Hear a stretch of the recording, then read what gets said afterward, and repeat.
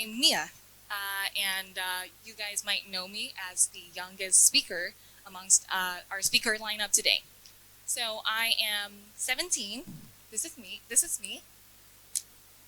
I have a tattoo. Okay, so I am a prospective woman in STEM. I'm intending to pursue computer science in my higher studies, and I'm also a youth activist. For as long as I have known, I have been an active social contributor, and I have made multiple changes to the societies based on my participation in my extracurricular activities.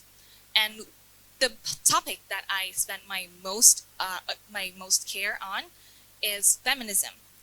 And what comes to your mind when you think of the word feminism? Feminism is as simple as all genders having equal rights and opportunities. It is respecting women, it is protecting women and empowering them, and helping them realize their worth by fighting and striving for equal rights in the workplace, in the home, and in everywhere. And it is not bringing men down. It's not anti-men. And it is not over-glorifying women or worshipping women. Feminism is as simple as gender equality. And regardless of how socially and morally constructive the topic of feminism is, so many people are still afraid of the word feminism. And I want to talk about the context that provides the contrast between how feminism is portrayed on mass media and in reality. So, as I have mentioned, some people are afraid of the word feminism. They don't identify themselves as feminism. They don't support feminist movements, and they even disapprove of it. And I believe that this is due to how bad and how dirty multiple medias are overtaking the definition of feminism. It makes feminists become people who are too loud, too aggressive, too strong, anti-men, or even sometimes unattractive. But it shouldn't be like this, because it is not. Feminism is not a fight between the two genders, and it should never be. It is protecting women in your power. It is helping them realize their full rights and striving to help them become the fullest potential that they have. And so, having the contrast between mass media and reality, I want you to move forward to something more, let's say, familiar. So, the home. So, the contrast between feminism in and out of the home. For most of us, our mothers, our grandmothers, our sisters are the figures that we look up to for our lives, because we have our moms and we have our female relatives around us, and that is why we look up to them and we respect them. But have we really paid attention to how feminism is portrayed within our home? Up to this day, it is the 21st century, right? And so many people are still thinking of women as chore doers, which makes them become the owner of the household tasks. Look, like maybe taking care of the kids, that's the toy, cooking, doing laundry, or mopping the house. And they think of men as somebody who is a breadwinner. Men will bring home the bacon, they will bring home the money. And even in today's society, I mean, this is an overworking culture, which overglorifies the culture of working overtime, of having productivity. So many people are still expecting women to work a 9-to-5 job and still maintain to take care of the home. They think of the woman as somebody who is only the owner of taking care of the home, as if a house would not be a home without a woman. And what I want to stress here is that household chores and working, neither of them are a gendered task. You don't have to be a woman to be cleaning the house.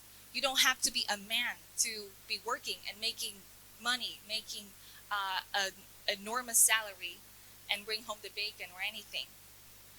Cooking or taking care of your child, maybe even mopping the house or working in STEM fields, it's not a gendered task. And you, with your power, you can do it regardless of your gender. Okay, so provided with the context of feminism, I want you to move on to why we should fight for it. So, menstruation. Menstruation is a normal biological process that most of all women and girls experience.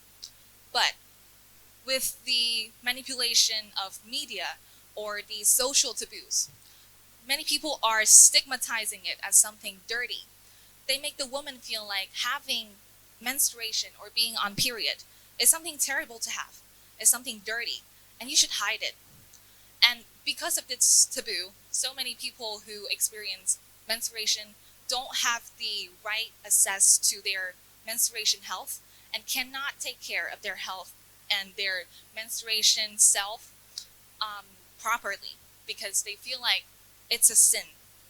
In India, a few years ago, having menstruation, if you are found being on your period, you would be detained in a cave and you would not be let out until your period is over. And I feel like it's very terrifying for all of us.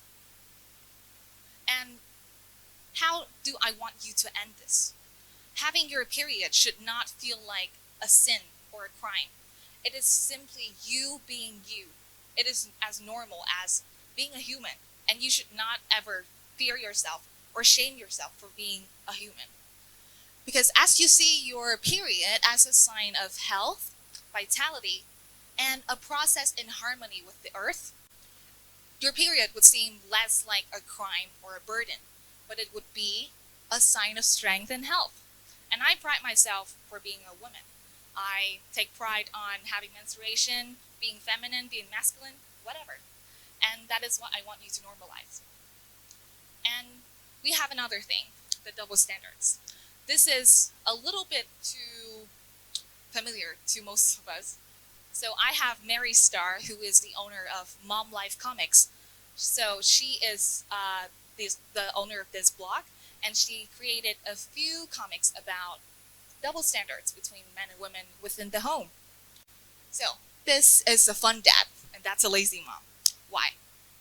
Because we have viewed the woman as somebody who cooks for the house. We have not viewed the dad as somebody who takes care of the home, which is why the mom bringing home the fast food, oh, she's not cooking. Oh, she's so lazy. She's lame. But the dad, wow, chicken. Wow, fast food. He's so fun. Wow, what a difference. And the next one is more familiar, I think. That's the mom. And wow, that's a super helpful dad. Why? Have we viewed the mom as somebody who takes care of the kid, doing chores, running errands, buying stuff for the house so much that we feel like her doing these chores is so normal. She's just a mom. But when a dad does it, wow, he's so helpful. Wow, I wish I have a husband like that. Yeah, and that ends our in the home gender bias and double standards. And there's another context that I want you to think of, the workplace. Double standards also hit women in the workplace. So, in this overworking culture, as we see, the gender stereotypes hit the workplace. Because we have viewed the traits of good leadership with something that are stereotypically masculine so much, like assertiveness, ambition, and competition. We have unintentionally erased those that are stereotypically feminine, like collaboration, tenderness, and homemaker. And this leads to an unintentional bias, which leads to a preference between male and female leaders. Why are we so hesitant to let women take over leading positions? Do we see them? Do we see her? And we just think that, oh, she has less to offer. She has less to bring to the table. Do we even see that? Or are we just thinking of her based on our thoughts. And relating to this problem, relating to the problem of women in the workplace, I have a story myself to tell. So, as you have known, I am a woman in STEM. I have many labels. I am queer. I am plus size, and I am also a woman in STEM. That's been repeated 3 times in this talk. So, as I pursue my career, I am looking for an internship. And wow, luckily, I have an uncle. He is the owner of a tech company, which provides solutions for the web, for the companies, and for startups. He builds webs, basically. And so I was thinking, wow, maybe I do have the skills, I do have the strength, and I am kind of good. Maybe I should apply to this position as an internship. It was an internship position, and I wanted it so bad because, the struggles of being a woman. So yeah, I just applied to his company. And so what he said to me was actually surprising. He said, I don't think you can do it. But I didn't understand why, and so I asked him. And he said that, let's put over this story. You know that you won't surpass men in your career, right?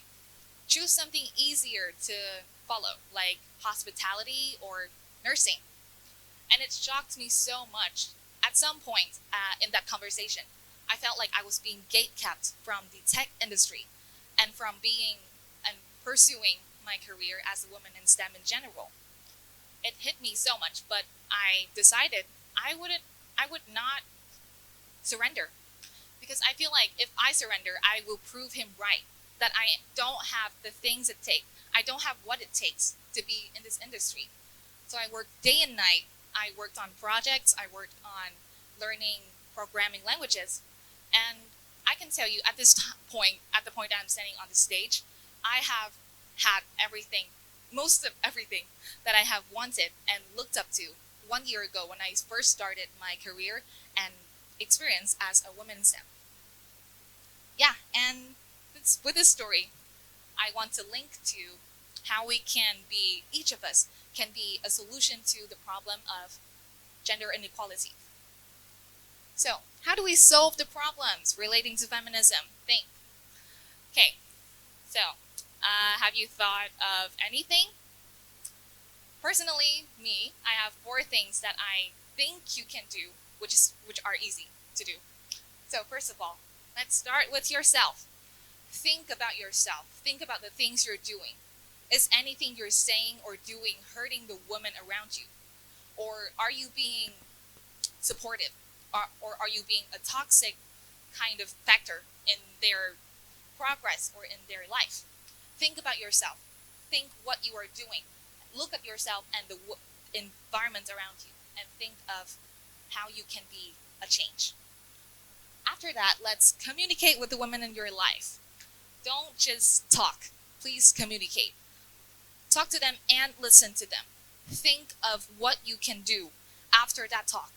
How can I be helpful to this woman? How can I be helpful to her while she is pursuing her career? How can I help her with this, with that? How can I be a social impact and help her? And after that, let's go and support non-profit organizations working for women. Because a team is always better than working individually.